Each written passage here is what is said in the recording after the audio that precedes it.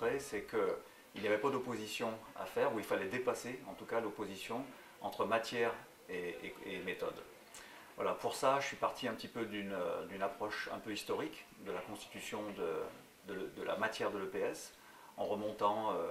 à l'époque des travaux, notamment du groupe de Lyonnais, de la didactique de Guaran, Metzler. Je pense que depuis une vingtaine d'années, la discipline enseignement de l'EPS piétine de ce point de vue-là, c'est-à-dire qu'on a un syndrome, en quelque sorte, qui vient d'une double difficulté. La première, c'est qu'on a connu la période techniciste, dans laquelle il y avait des contenus, certes, on va dire consistants, mais qui étaient plutôt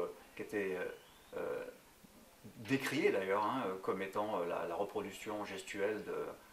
ou une réduction de la technique à son aspect gestuel. Et puis, derrière, une perspective qui était moins matériau-centrée, plus, pour un terme un peu barbare, mais pédocentré,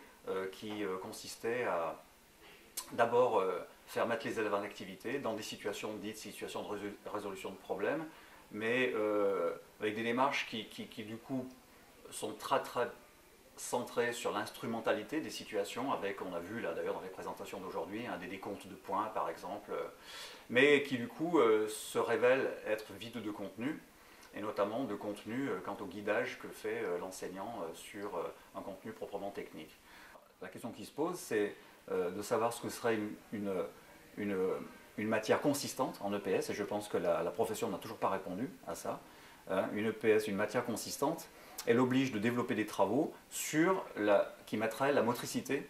la question de la technicité de la motricité au centre de l'étude. Donc c'est ça que j'ai développé, hein, avec l'idée en arrière-plan que l'humain, parce qu'on peut remonter là, l'humain est par essence un être technique, et que donc il y a toute la noblesse de la discipline repose sur le fondement de la matière, sur la technicité de la motricité. Et ça, c'est un point fort que j'ai essayé de développer, et que donc on n'a pas forcément besoin d'avoir d'autres objectifs pour légitimer la place de l'EPS, du type santé, etc., qu'on a un objet là qui est suffisamment noble, puisqu'il correspond à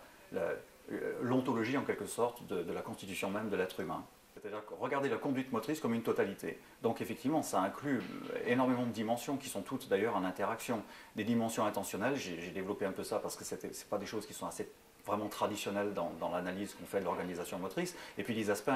non intentionnels, comme par exemple les questions d'équilibration, de coordination motrice, des choses comme ça. Les conditions biomécaniques d'équilibration dans l'eau, par exemple, ne sont pas les mêmes que sur Terre. Si on en appuie sur les mains, ce n'est pas tout à fait la même chose que si on appuie sur les pieds, etc. etc. Donc les conditions biomécaniques sont éclairantes pour éclairer les conditions dans lesquelles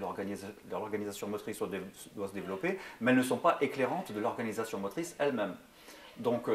j'estime qu'actuellement, l'évolution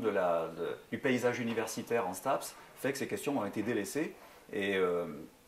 depuis, on va dire, à peu près 8-10 ans, moi j'ai souhaité reprendre ce flambeau-là, parce que j'estime qu'il y a une responsabilité des STAPS à développer des travaux dans ce domaine.